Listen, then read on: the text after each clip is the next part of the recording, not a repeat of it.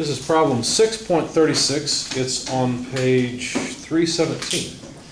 The truss shown consists of 6 members and is supported by a ball and socket at B, a short link at C. Where's the short link? Oh, I see. Okay. And 2 short links at D. Determine the force in each of the members for P equal, and they give you a load, and Q equals 0. All right, we'll do that. They made Q equal 0 because in 37 they made Q not 0, but they made P 0. I would draw it, but it's a 3-dimensional image, and putting it on the screen or on the board is going to just waste time, I think. So you'll need to look on, if you're watching the video, you'll need to look on in the book, page 317. All right, so the first thing to do is figure out what they mean by these supports. Notice that for B, the ball and socket means that the member can rotate about. So there's no moment resistance in any direction. It can rotate about any axis that you like. However, forces in all directions are resisted. Okay? So force in the X, Y, and Z direction are resisted. At C, it looks to me as if what they're trying to do is make it so that vertical forces are resisted. Right? Forces in the Y direction are resisted. But since that's kind of like a flagpole sitting up and you can push the top of a flagpole easily, I think they do not intend to resist forces in the X and Z direction at C. That's the reason that at D, there's a similar situation with the vertical support in the Y direction that does not resist X and Z forces. But then there's also a horizontal or Z direction member that resists, I would say, both, well, only X direction, not Z or Y. So in other words, at D, D is free to move in the Z direction. Does that make sense to everybody? So that's the first thing to figure out what they're trying to do with supports. So what are we supposed to do? Determine the force in each of the members. All right, so let's make a table of members.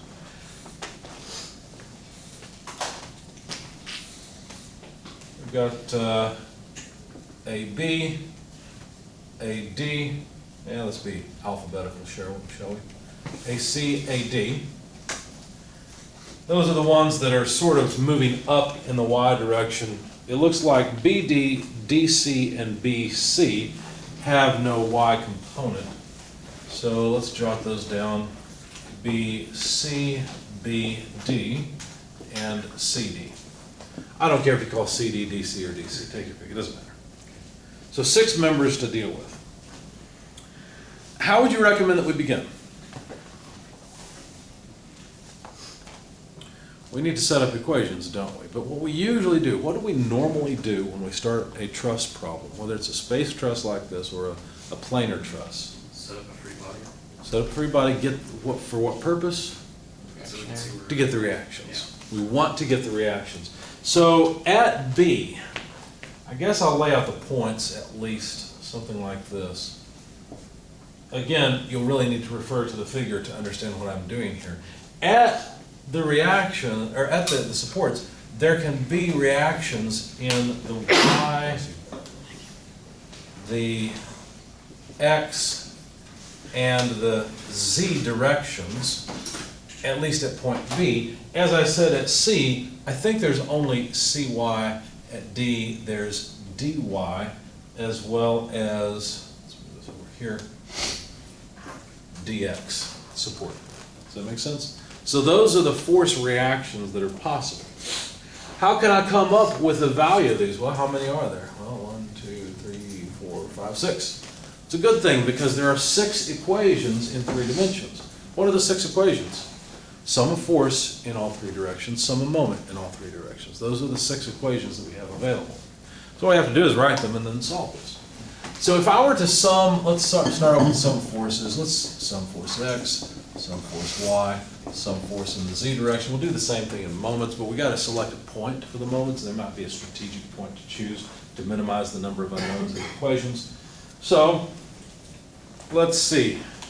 By the way, in vector form, what I'm really doing is saying sum of forces equals 0. Really, this is 3 equations in 1. Okay? So in the X direction, what forces do I have? Well, I've got all the reactions, Bx dx. right? No CX.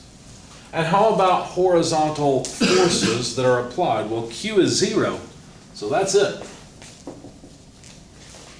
Okay. Does that mean that Bx is 0? No, it means the sum of Bx and dx are 0. Really what that means is they're pushing in opposite directions, if they're pushing at all. Summing forces in the y direction. Looks like we've got By, we've got Cy, and we have dy. Notice that P acts in the negative y direction. So let me just write negative P, and we'll remember that P is a known. It's not an unknown. If we sum forces in the z direction, well, let's see, we got Bz, and that's an easy equation, isn't it? Like what point E? That's an easy equation. Simple. Because that's it. Bz is the only force in the z direction. There is no force in the z direction. So really we've got 5 unknowns now to deal with. The other equations that we will need are sums of moments. What point do you think is probably ideal for summing moments? And I'm guessing it's going to be ideal for every single one of our moment equations. What point would you choose and why? A? I would not choose A. I would choose B. Why would you choose B? Because that gets rid of 3 unknowns. Notice that all the forces at B pass through B. So if I sum moments about point, well, don't get ahead of myself, some moments about point B in either the x, y, or z directions, that should eliminate the moment of all of those forces. That eliminates 3 unknowns from the very beginning, which is a good deal. Okay. I'll buy that.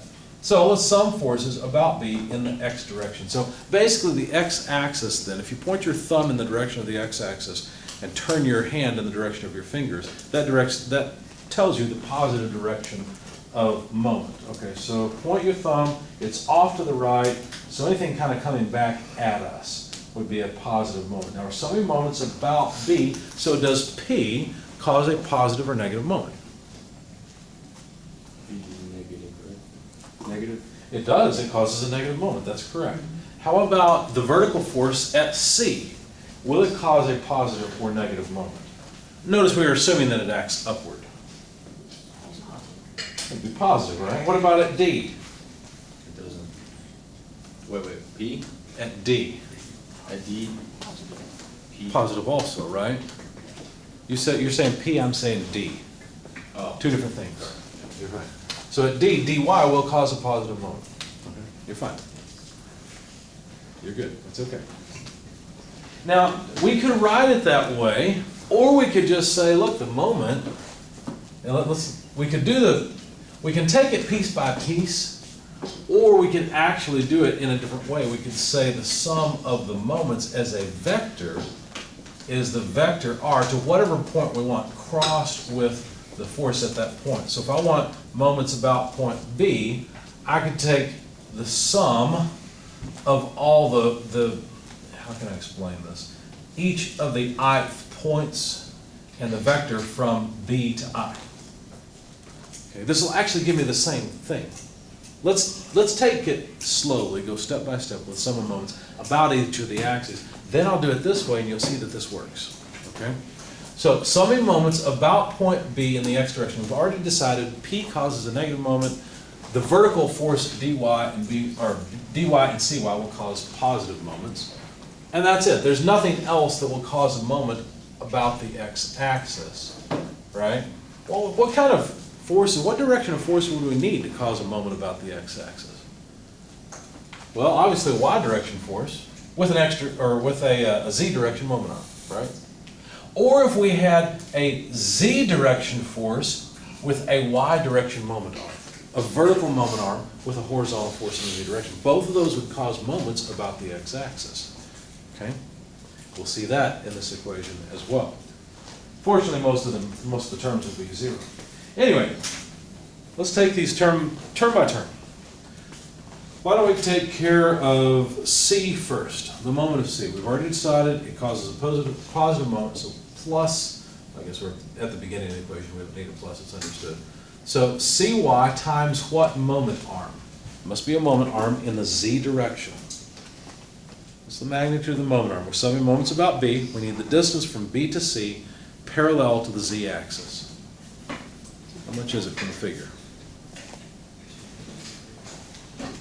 2.1 meters. 2.1 meters, good. We're going to work in meters and newtons, so I'm not going to bother putting the units on, which is a really bad habit because in most classes I'll really beat you up for not using units. Okay? In this case, since I know everything's consistent, well, let me at least put them above. How's that? Newtons, meters. There's the moment due to Cy about the B, well, at point B about the x-axis. How about dy? Help me out. What should I write for that? I want the moment due to dy about the x-axis. Plus or minus? Plus. We already decided the moment was positive. Magnitude is dy, that's the force. What's the moment arm for dy? 4.2. These are also Newton meters. Any questions about this so far? If you're worried about the fact that C is offset in the x direction or that D is on line, well, actually it's not. Both B and D are offset from the z-axis, but they're on line with each other. If you're worried about that, it doesn't make a bit of difference. That offset in the x direction doesn't matter because we're summing moments about the x-axis. So the force P, we decided, causes a negative moment. It's measured in newtons as well. What is the moment arm for P? In other words, what is the distance along the z-axis from B to P? 2.1. Because notice that P passes through the origin just like the x-axis passes through the origin and through point C. So both C and P have the same magnitude of moment arm, the same length. And this sum has to come out to 0. So again, notice that P is a known, and I've got another independent equation that includes Cy dy that is not the same thing. It's not saying the same physical principle that some forces in the y direction is saying. It's the moment of the forces that are also 0. Okay? Give me a little more help on this one. We're going to sum moments about B, let's say in the y direction.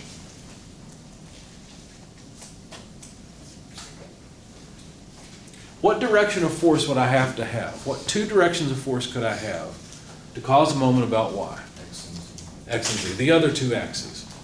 And if it's an x force, it's got to be a z distance. If it's a z force, it's got to be an x distance. Do we have any z or x forces? Bz, but we already found Bz as 0, and we're summing moments about B anyway, so it's not going to be a z direction force. It'd have to be a y direction force with a z moment arm. What's that? Is it dy?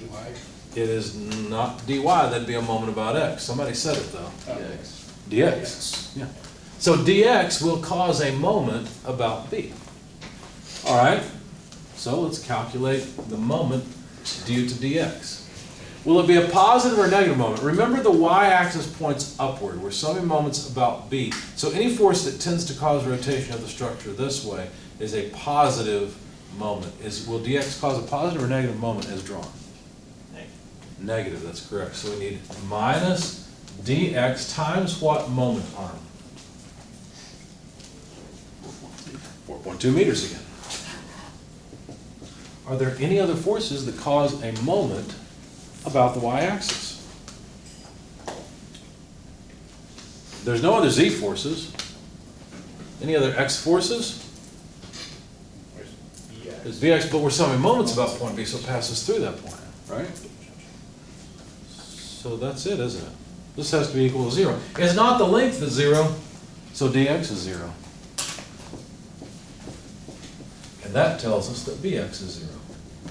Okay. We just figured out 2 more things. Of the 6 unknowns we began with, we have found that 3 of the unknowns are pretty trivial. They're 0.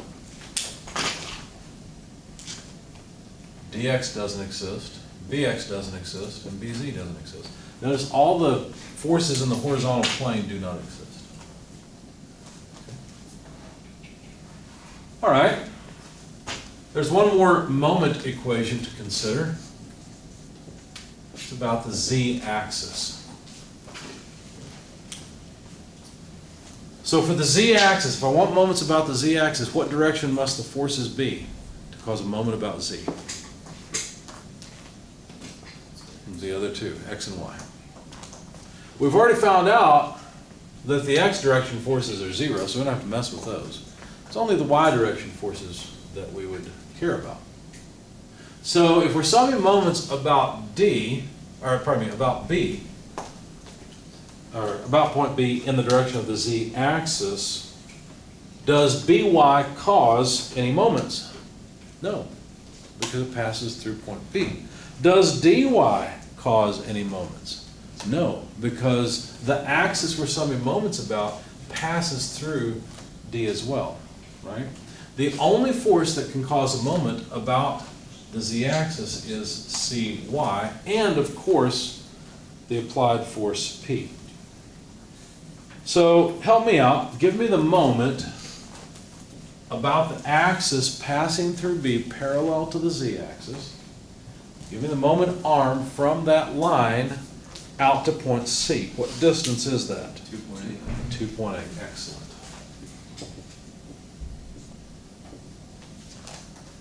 In the mode of, I'm so used to writing units that they sneak in anyway. What else? Well, P is a vertical force, isn't it? Notice that P does not pass through the line connecting B to D, does it? It's offset a little bit. So P will have a moment about the z-axis when the z-axis is drawn through B. I guess an axis parallel to Z through B. What will the moment arm be? Oh, by the way, will it cause a positive or negative moment? It'll be a negative moment, that's right. So minus P times what moment arm? 0.8.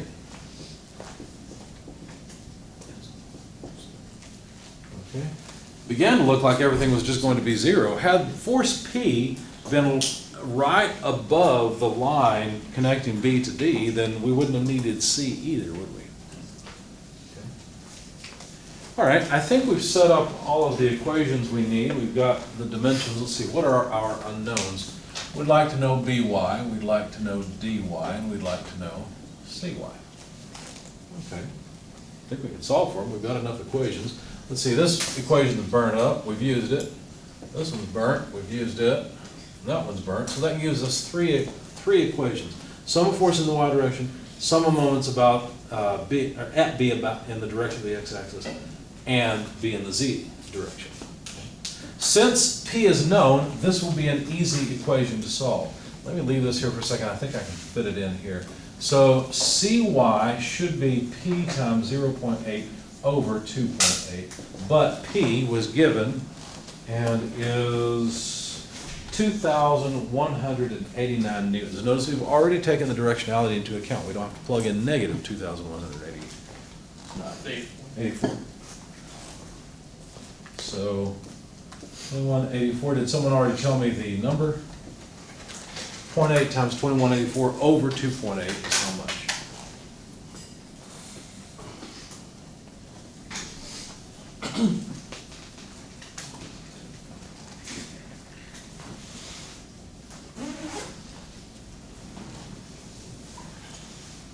That's 624. 624? Yeah. Sounds reasonable. Yep. Let's write that down over here. 624 newtons. Cy. Of course, we're not done. Our question is, what's the force in all the members, right? We're just getting reactions at this point. How about dy and by? Well, now that we've used up this equation, looks like we could get dy from this equation because now we have cy. Since I've used this equation up, let me erase it. That way I have some more space.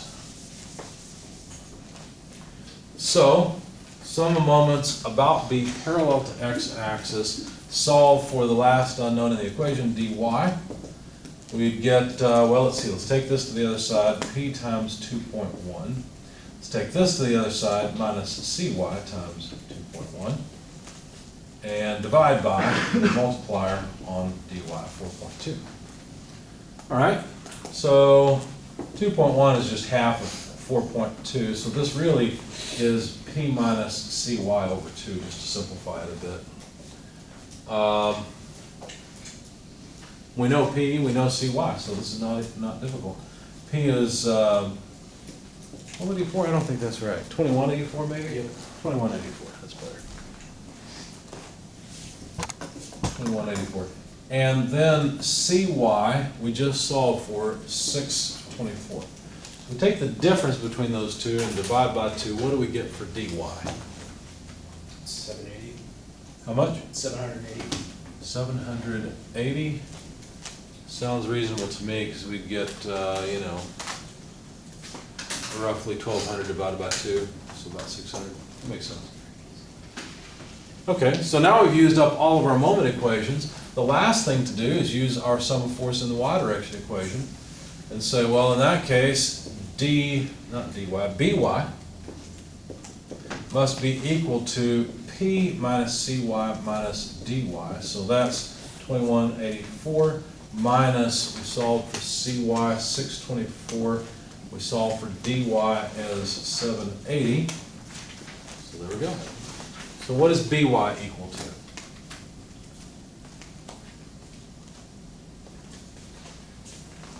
780. 780? These are all newtons. So let me be clear about that.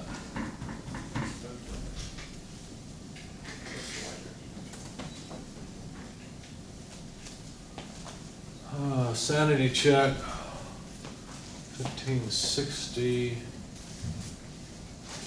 80, yeah, okay, yep, I agree. Questions about what we've done so far? Notice we haven't finished the problem, we just started. We've got all of the reactions at the ground.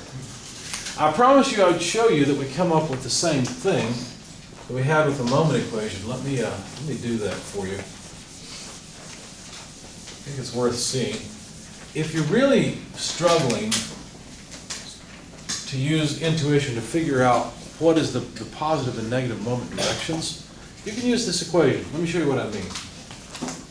The sum of the moments about B would have to be the moment of all the forces about B. So in other words, a vector from B to C crossed with the force at C, plus a vector from B to D crossed with the force at D.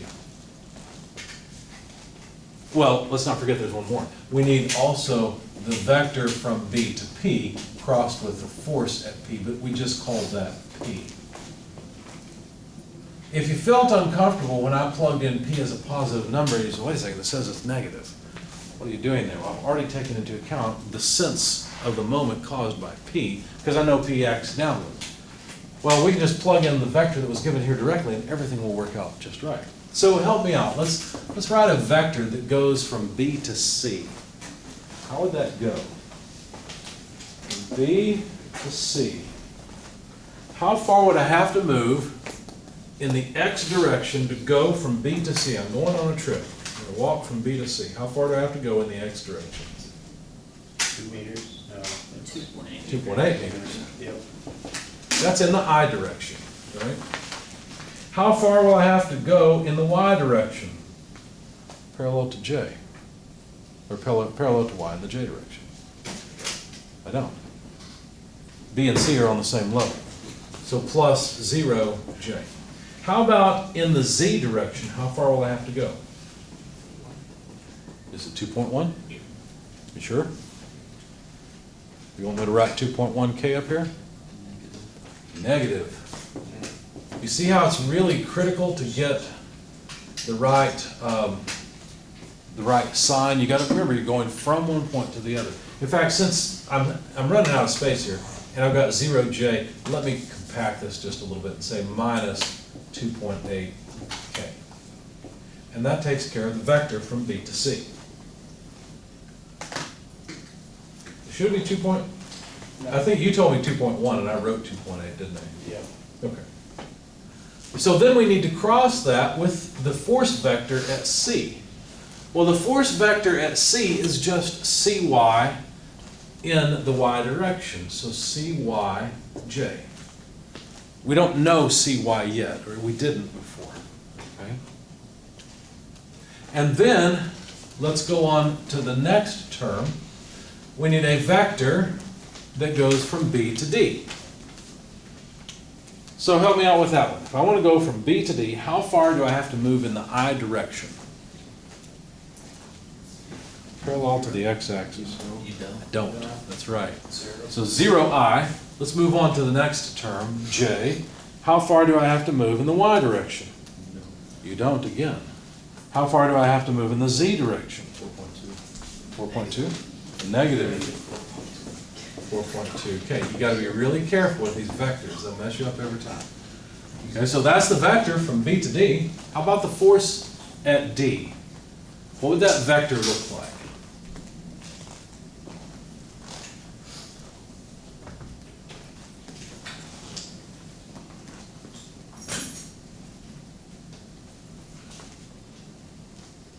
What components can the force at D have? Can it have an x component? Yes, because there's a support for it. Can it have a y component?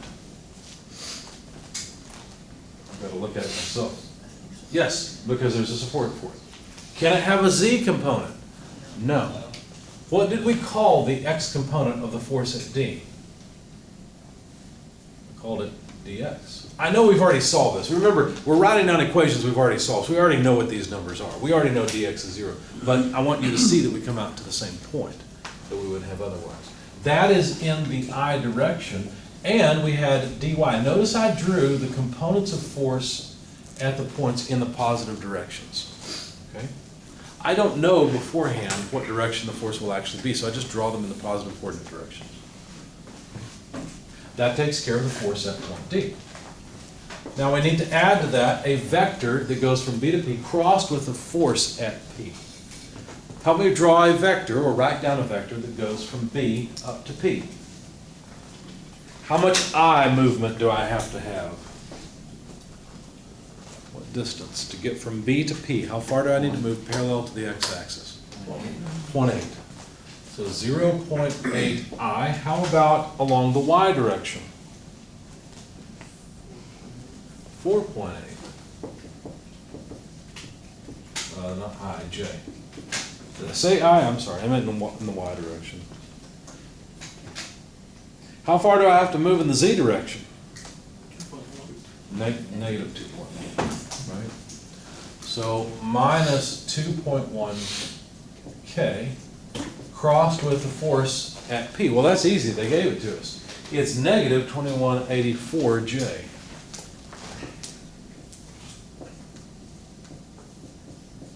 Of course, all of these forces are newtons, and all of the position vectors are measured in meters.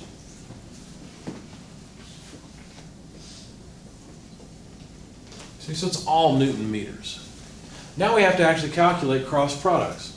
How many people love calculating cross products? They're not difficult once you remember a right-hand coordinate system like the one we have. I, J, K. I'm not saying I'm just kidding. Okay? It's not shorthand for that. I'm not just kidding. All right, calculating cross products is pretty simple. All we have to do is, it's kind of like foiling. Multiply everything by everything else, and you've done. I cross J. I cross J, that's K. So 2.8 Cy, I cross J in the K direction. Okay. And then we have minus 2.1 times Cy, K cross J. K cross J is minus I. Okay. That's the result of this first term. The next term, I have to take K cross I and K cross J. So I'll move down to the next line so it looks like it does up here. So minus 4.2 dx, 4.2 dx, minus k cross I. K cross I, well, that's j. If you're wondering how I'm computing these cross products with my right hand of the unit vectors, just ask, and I'll tell you. Yeah, If how you do you know disagree. when it's negative? Pardon? How do you know when it's negative? Because it's pointing in the opposite direction.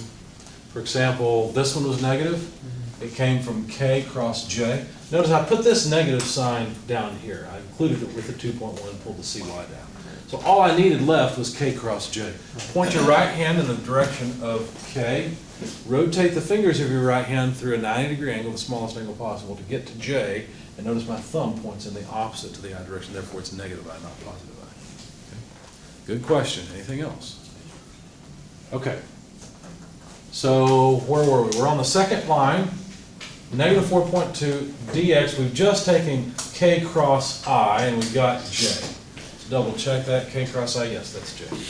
Okay, now we need to take k cross j, or the next term. So minus 4.2 dy, negative 4.2 dy, k cross j. Negative I.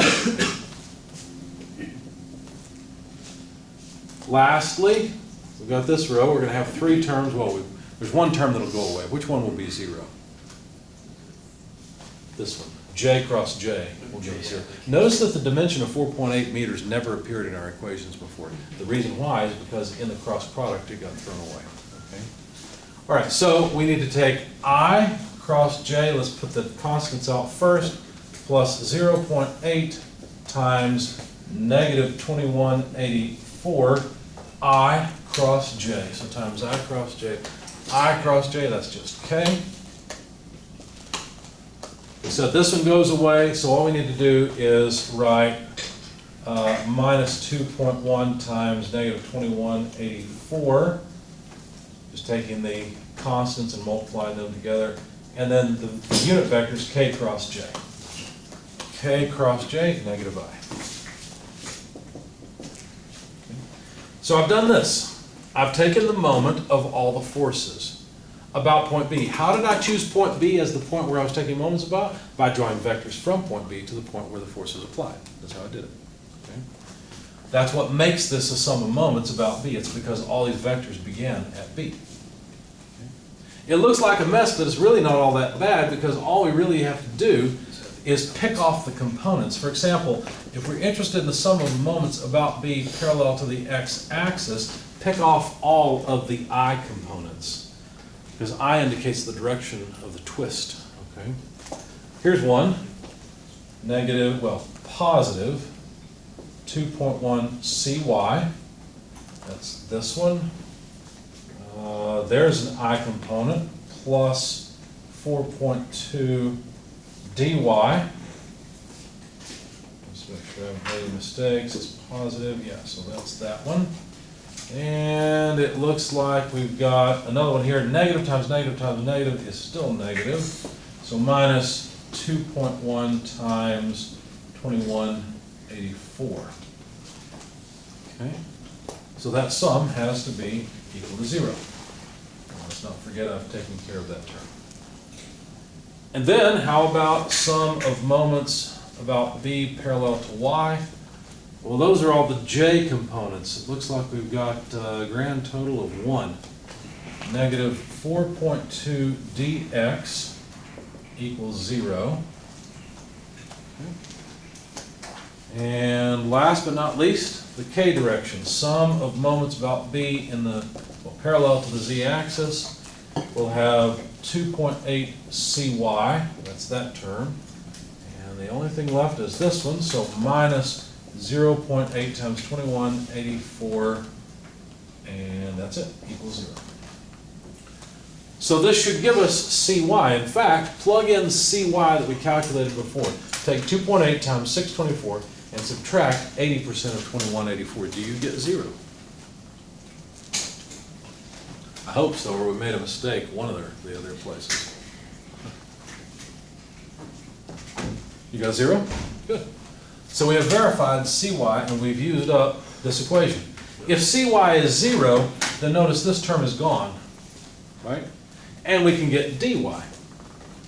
So dy should just be, it looks like half of 2184. But we don't have half of 2184 there, so I'm worried that I've done something wrong. But we do get that dx is 0, right? That's what this says. Well, that one's verified. Did I forget something? If we plug in dy of 780, it doesn't work here, does it? Because 780 twice would be 1560. So where did I go wrong? Did I forget a term in all of my cross products? I may have. Let's check. R from B to C, B to D, and B to P. Those are all the points that we, yeah, those are all the points we need.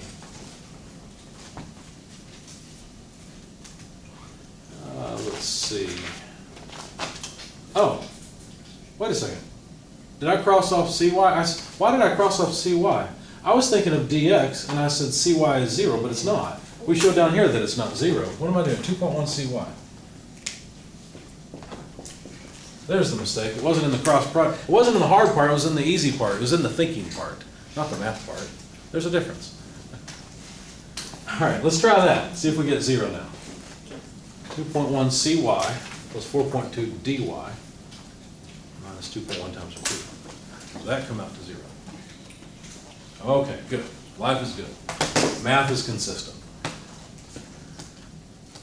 So do you see what you can choose either way you want. It doesn't really matter.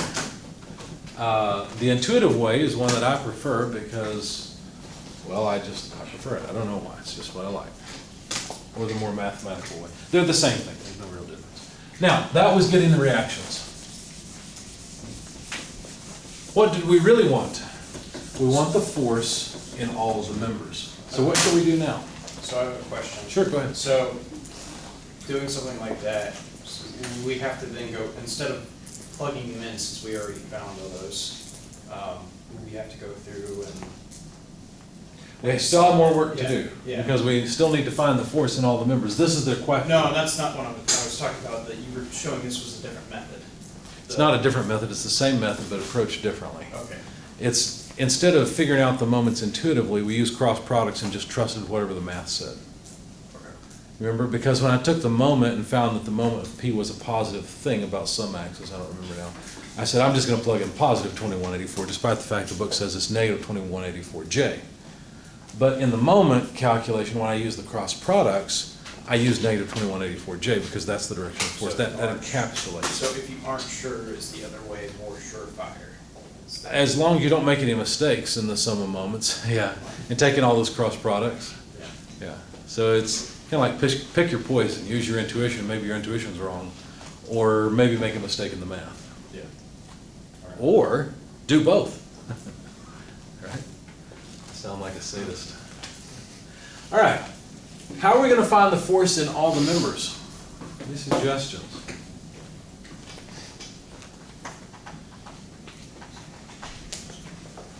Method of joints.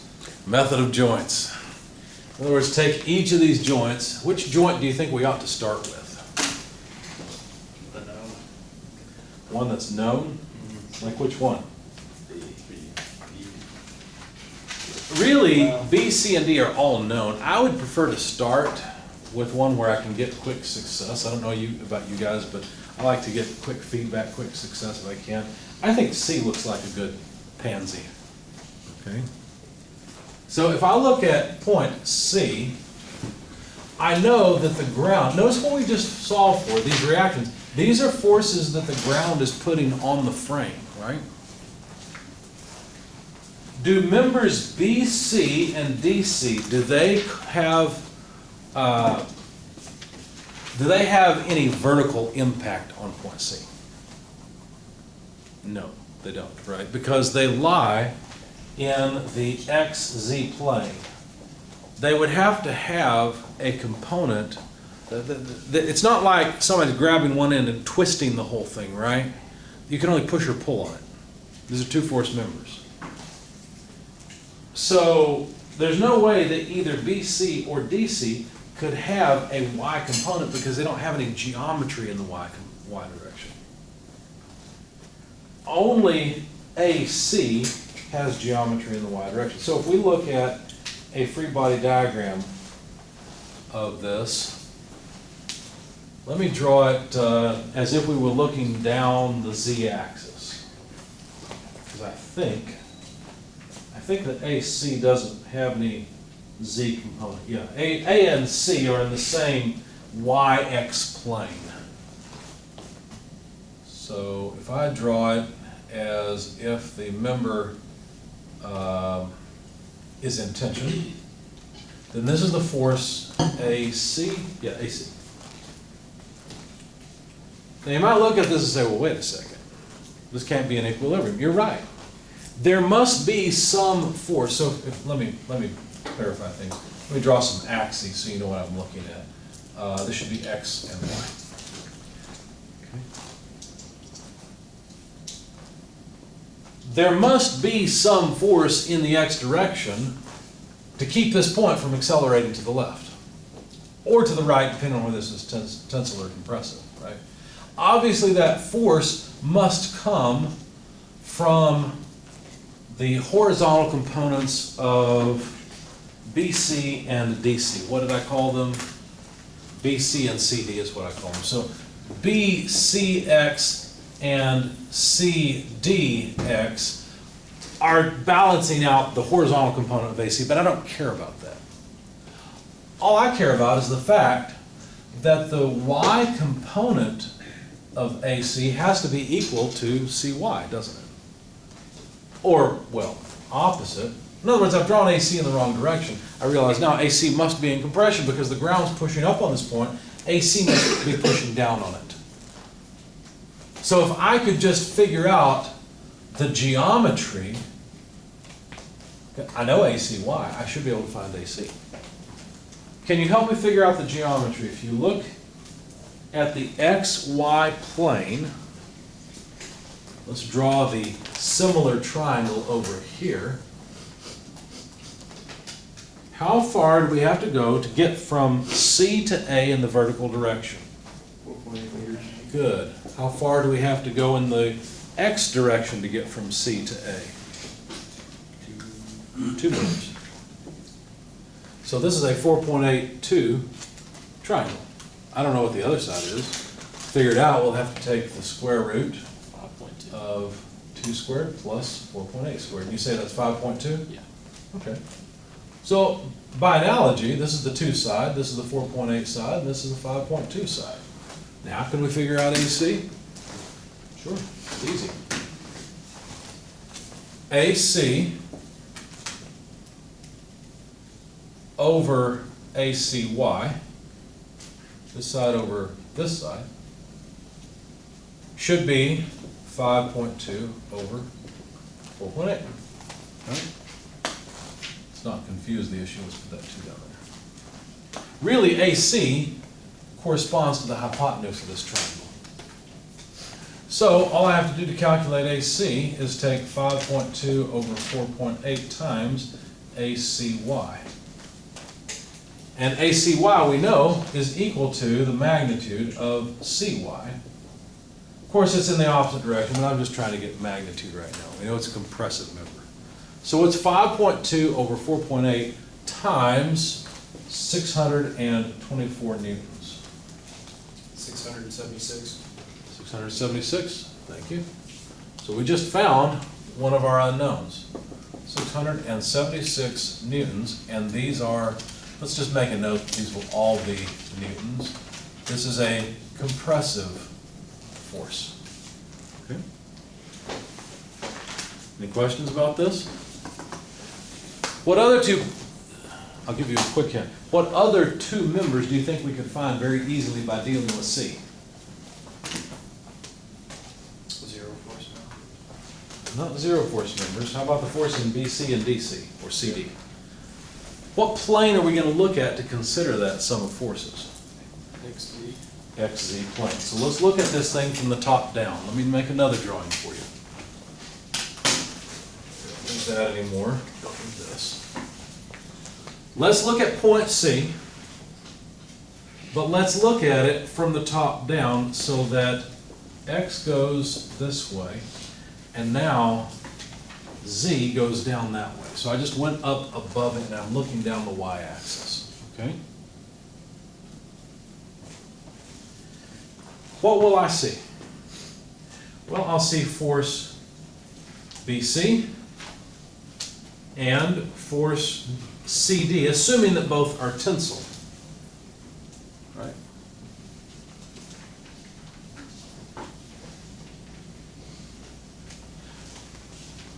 Now,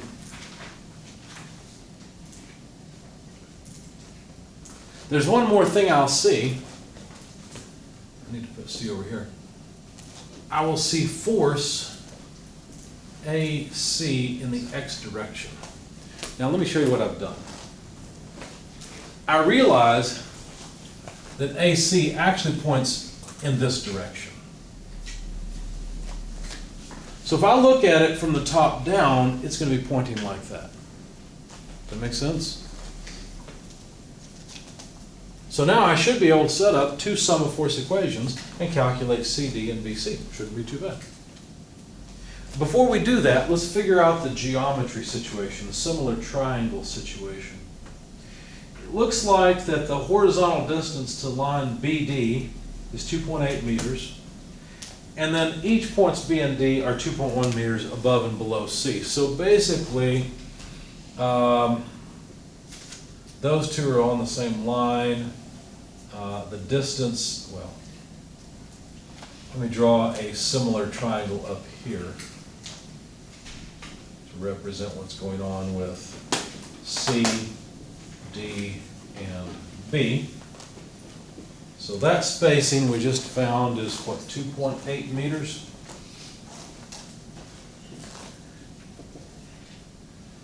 And the other direction here is 2.1 meters and another 2.1 meters, okay? That gives me the geometry that is similar to the force triangle. Now I probably should go get ACX. Let's go up here and get it. ACX is that side of the force, right? And it points to the right, points in the positive X direction. Its magnitude would be whatever AC is times 2 over 5.2. Make sense?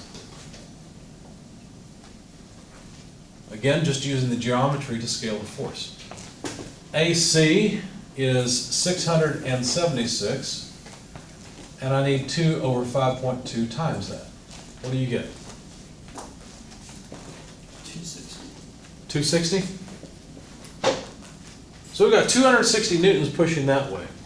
Do you see that CD and BC are symmetrical? So the amount of force in each is going to be the same, right?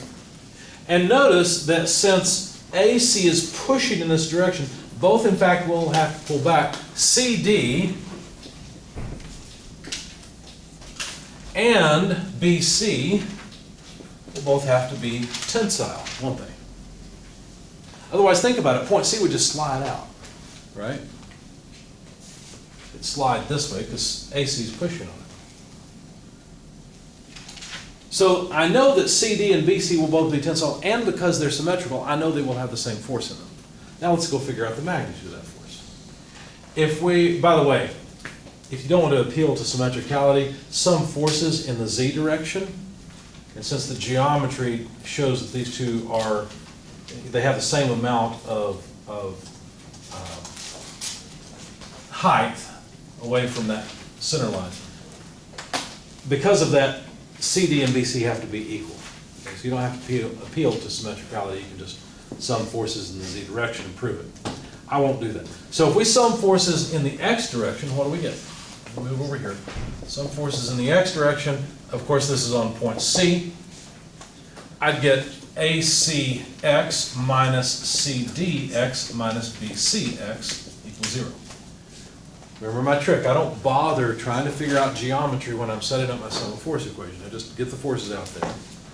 And remember, when I see a subscript X, I know, well, I just want the component of BC in the direction of X. So what we're finding then is ACX has to be equal to CDX plus BCX. Now, CD in the X direction, well, let's see, that's just this component, isn't it? So, let's see, we need the length of the side, so we need 2.1 squared plus 2.8 squared. And then take the square root. So what do we get for the hypotenuse side, for CD and BC? 3.5. 3.5, okay. Now, if we take CD and get the X component, well, that's going to be 2.8 over 3.5. BC will also have that same ratio. If we want the X component of BC, it's also 2.8 over 3.5. By the way, as I said, CD and BC will be equal to one another. So really, ACX is equal to 2 times CD, 2.8 over 3.5. And so, CD will be equal to, let's see, ACX, which we already know. It's right here. In fact, someone told me, oh, it was 260, wasn't it? Separate that out. It'll be, let's see, ACX, and then invert everything, move it to the other side. So 3.5 over 2 times 2.8. Because that 2 will be in the denominator on the other side once I move it over with ACX. Okay, so put 260 in here, multiply by 3.5, divide by 2, and divide by 2.8. What do you get?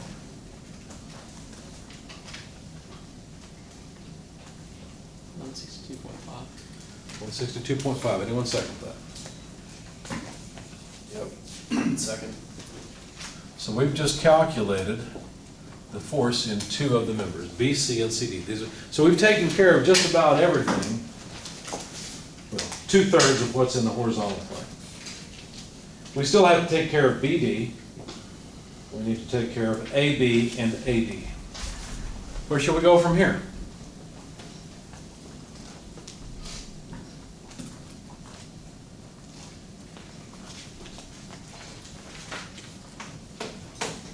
I think I might just go up to point A. Why not?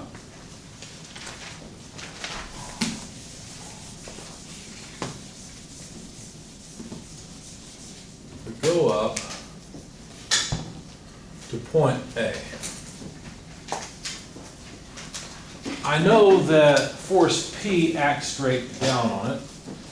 I know the force in AC. Pushing back up against P.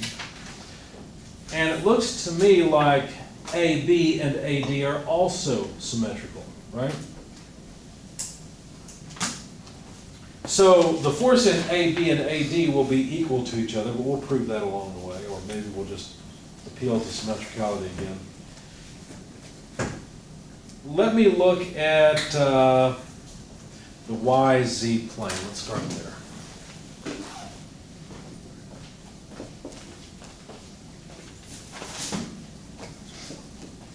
So point A is above the z-axis, so I drew it that way. What really matters is the direction of the z-axis.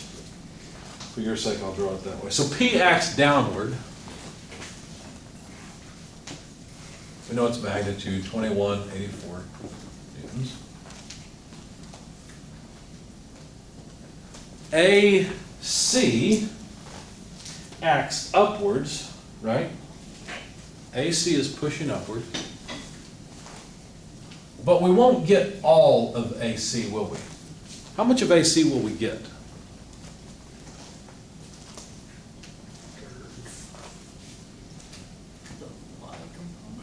Just the y component, right? That's what we're looking at. So really, in this view, all I'm interested in is ACY. Okay. Notice that there is, of course, an ACX, but at this particular point, I'm not interested in it.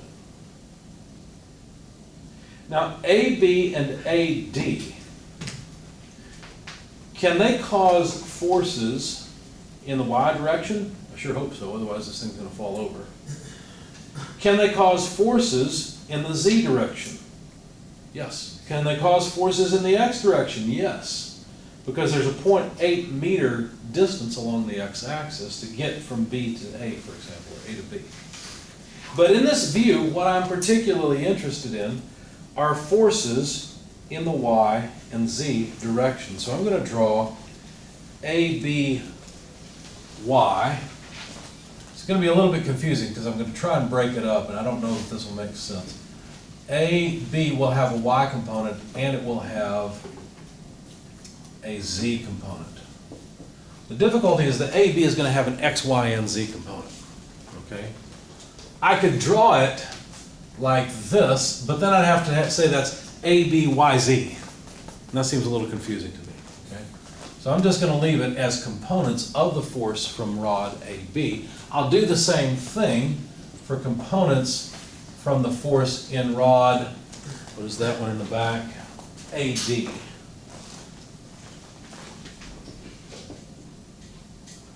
Now I'm breaking my rule and I'm drawing those members in compression rather than tension. The reason I'm doing that is because I have the sense that I'm going to get compression in those forces. If you're pushing down on that upper point A, it's kind of like a tripod, right? They're all going to be in compression. So I'm just going to go ahead and draw it that way. That way we get positive results. It's going to be confusing enough as it is. Notice that ABZ and ADZ are the only forces in the Z direction. And if you were to look at the actual way that those legs project onto this, this frame or this plane, you would see that they project the same way. The legs are symmetrical, right? So A is up here, B is down here, D's over here, and you could draw a line of symmetry between the two. So that tells me then the horizontal components of the forces in those legs, ADZ and ABZ, have to be equal to each other. And if the horizontal components are the same, and the amount that these are kicked out in the back is also the same, then the force in AB and AD also has to be the same. Okay? So that's what I was thinking of. Now I'm going to need that space, so I have to erase that. So what do we have? So far we've been able to show by sum of forces in the z direction that AB equals AD.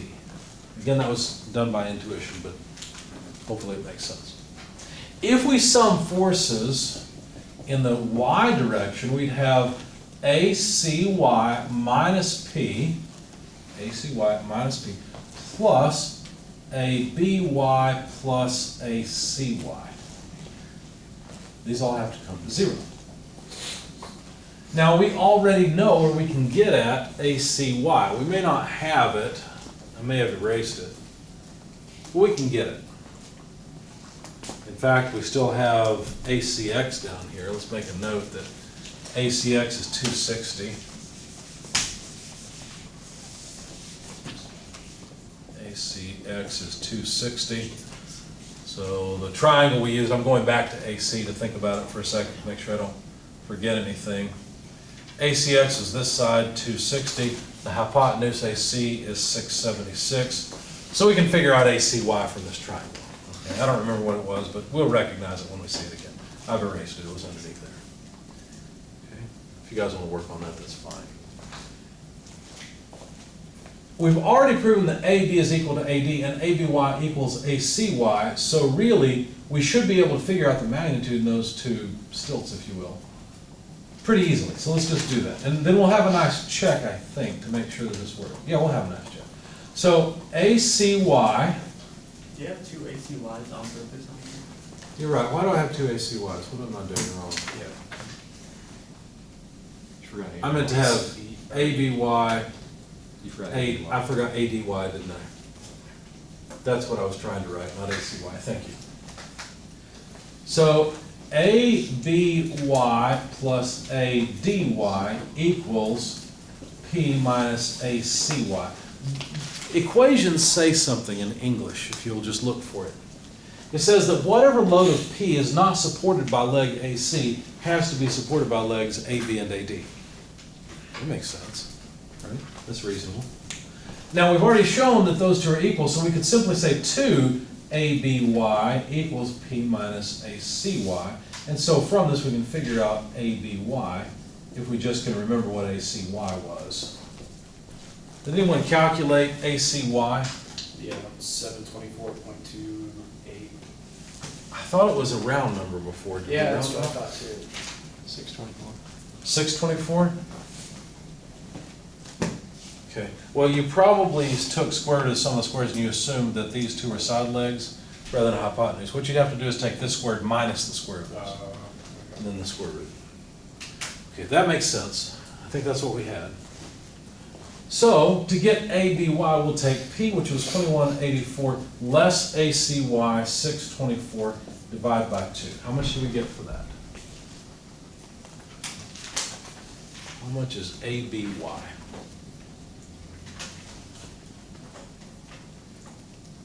I'm going to make a list of these over here because they may be useful later.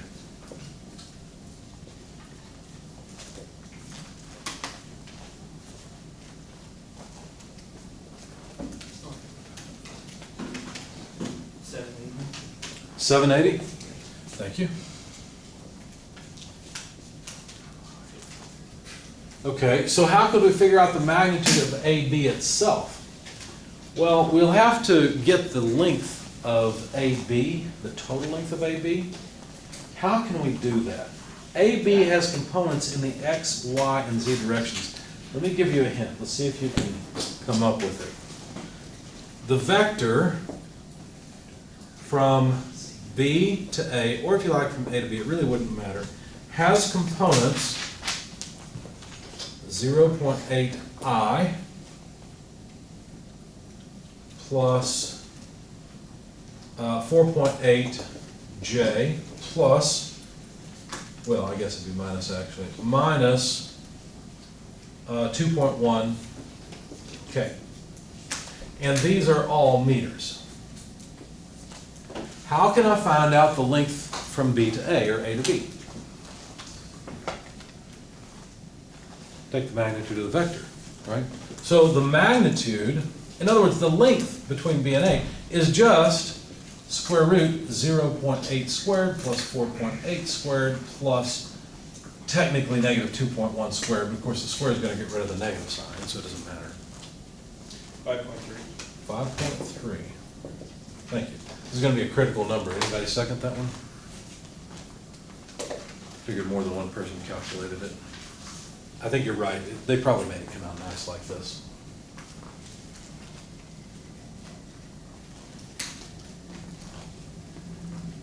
Yeah. Okay. So this is the overall length between A and B, and what I'm really trying to say is that the Y component, if we take 4.8 over 5.3, do you see how that would be equal to ABY over AB? I'm really using similar triangles. I'm just looking at a plane that I can't draw very easily. The plane that I'm looking at is the one that contains AB. Look at the structure and imagine a plane that just contains line AB. Okay. Now there's an infinite number of planes that do so, but the one in particular that I'm interested in is the one that just stands vertically. Does that make sense? That's the one I'm interested in. And it's in that plane that you would see this, well, parts of this triangle. You would see this 4.8 meter dimension. That would be the height of the triangle. And then there would be legs that, let's see, how long would those legs be? I'd have to calculate the other legs, but that's basically what we've done, right? There'd be an ABY, an ABX, and ABZ. There's force in that member, since it's a two-force member, in all three directions. Okay? Probably the thing for you to do, if you're confused about this, is draw this space frame in SOLIDWORKS and put a vertical plane right through that member. And you'll see what I'm looking at. Okay, that's what I'm imagining in my head, and I can't draw it well. But what's nice about this is I can calculate AB. It will just be ABY multiplied by 5.3 over 4.8. Okay.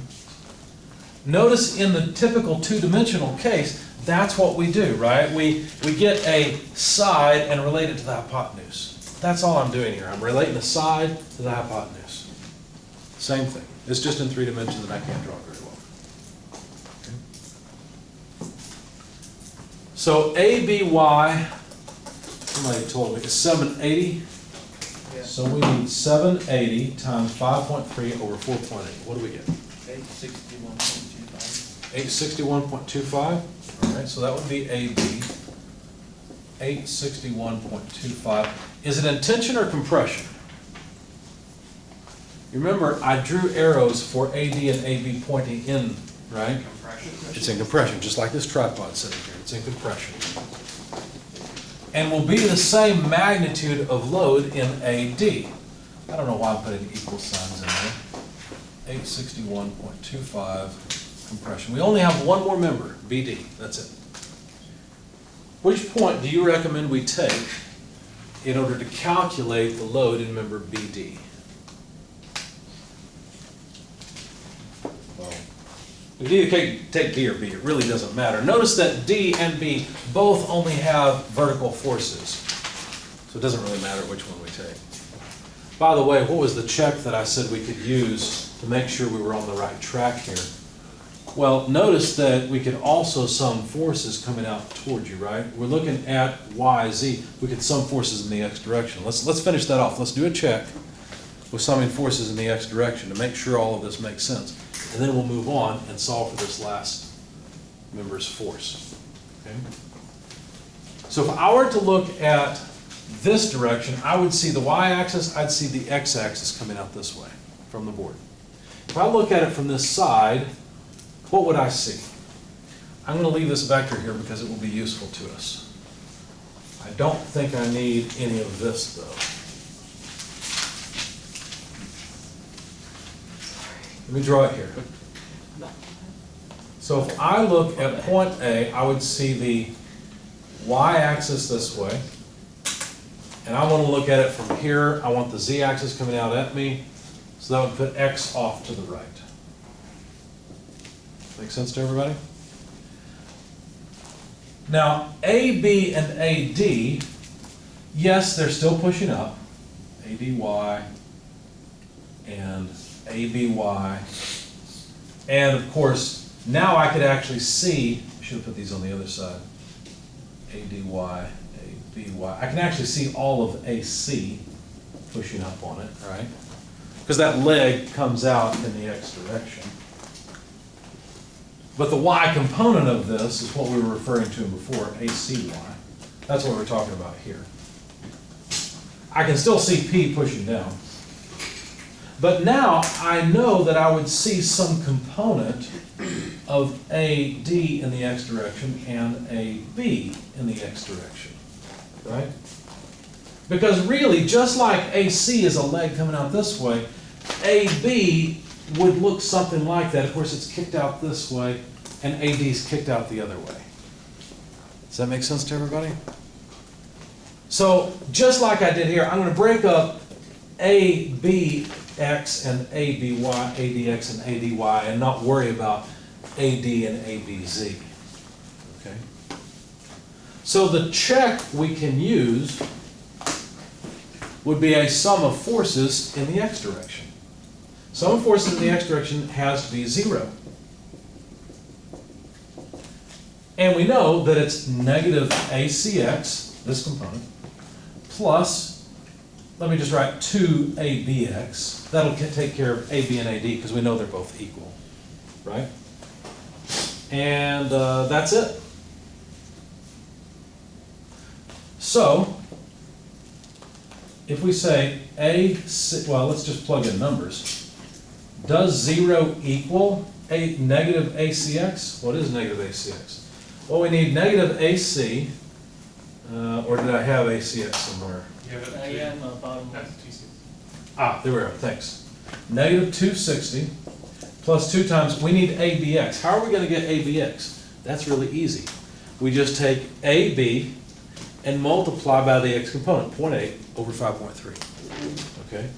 So AB is 861.25.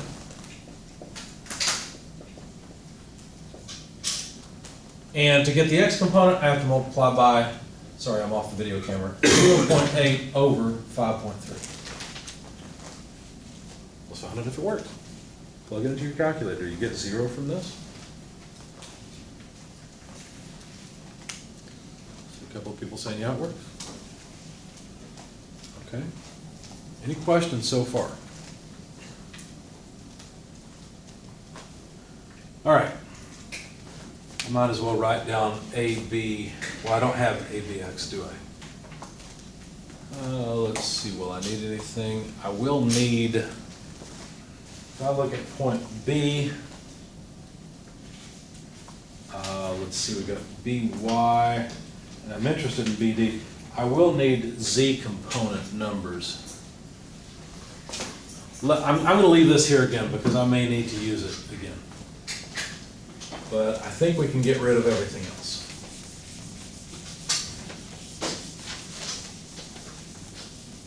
Okay. So now let's look at point B. If I look at it, let's see, probably best to look at it from just looking down the x-axis, so y up, z to the left.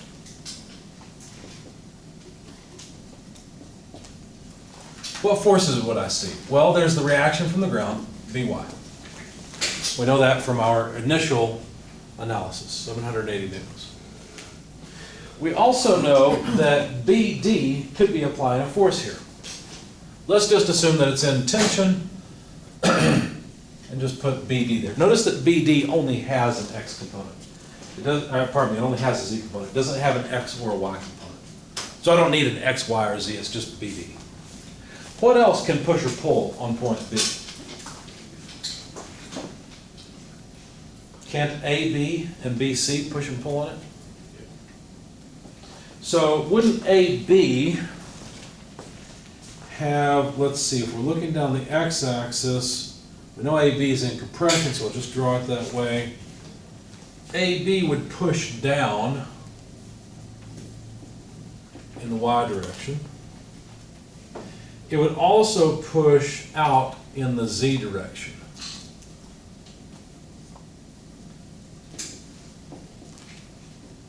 This is why I kept this, because I may need the z component. I may need to scale AB by its z component. In fact, I think I'll have to. But also BC can push in the z direction. So, was BC in compression or tension? BC is in tension. So BC is going to pull in the negative x direction. I'm sorry, in the negative z direction. Okay, so far so good?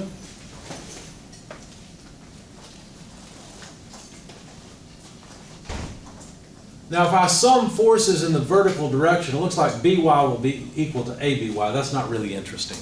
The interesting sum here is the sum of the forces in the z direction. I know I'd better get 0. What does it consist of? Well, let's see. This is just an axis, by the way. That's not a force. That one's okay. We don't need it. We'd have BD positive plus BC in the z direction minus ABZ. So 3 forces to contend with. The unknown is BD, so let's put it on one side. BD equals AB in the z direction minus BC in the z direction. I know the magnitude of AB and BC. I've already taken into account their compression or tension, so I know the signs are correct. All I need to do now is take care of the geometry. So for AB in the z direction, I've got a vector between A and B that will help me scale it. The z direction is 2.1 out of 5.3.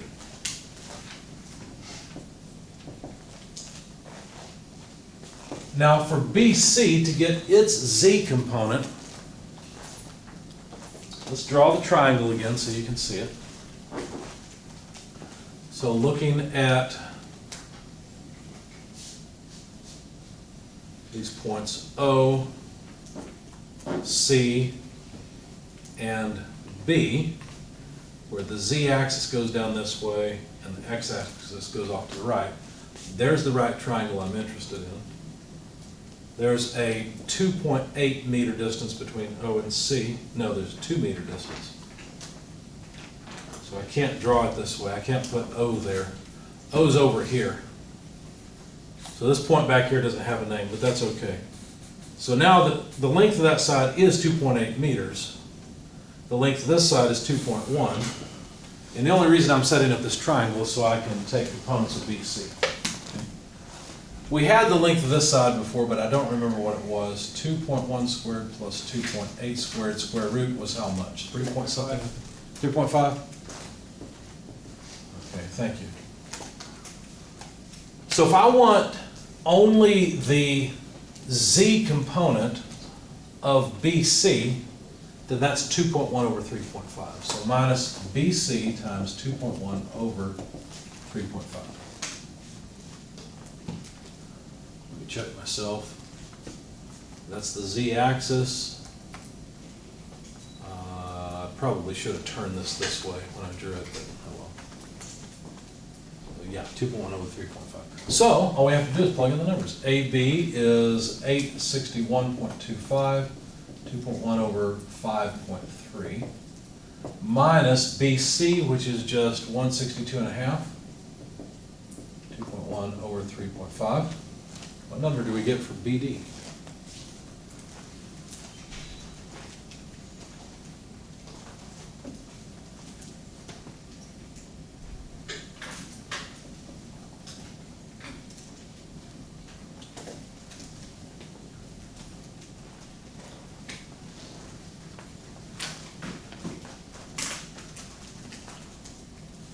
$243.75.